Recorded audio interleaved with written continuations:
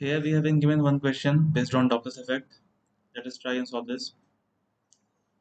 It says there is a car which is moving with 36 km per hour, or we can convert this 36 km per hour. We multiply this by 5 by 18. We get is 10 meter per second. So it comes out to be 10 meter per second. It emits a siren which gets reflected by a tall building. Now we have to find what is the frequency of the siren heard by the car driver. Say there is a building here.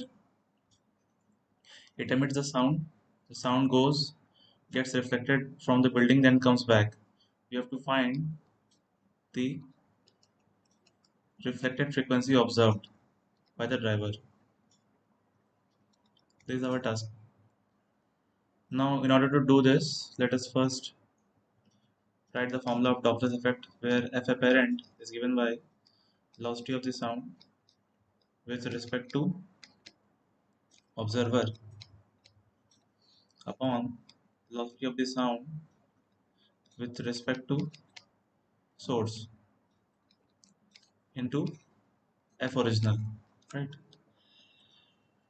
We will do this question in two steps. The first step will be to find the frequency received at the building.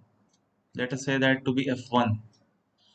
Now building will reflect the frequency F1, then we'll find out the reflected frequency heard by the observer. Let us say F1 dash. In order to find F1, let us write down F1 will be equals to velocity of the sound with respect to the building. Observer is building in this case, so it will be 320 minus 0 because building is at rest upon the velocity of the sound with respect to the car, which will be 320 minus 10 into the frequency, which is 8 kilohertz. Right? Let us not solve this right now. We'll find out the values later on. Now this is the frequency which is being received at the building.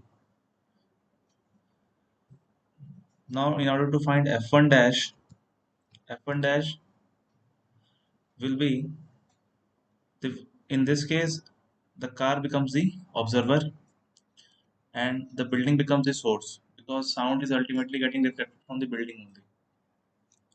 So it will be 320 plus 10 this time, because sound is coming in this direction towards left. We are finding F1 dash upon the velocity of the sound with respect to the building source, which is again 0 in this case, into F1, because F1 is the frequency which is being received at the building, so we are using F1. Let us try to substitute F1 from the above.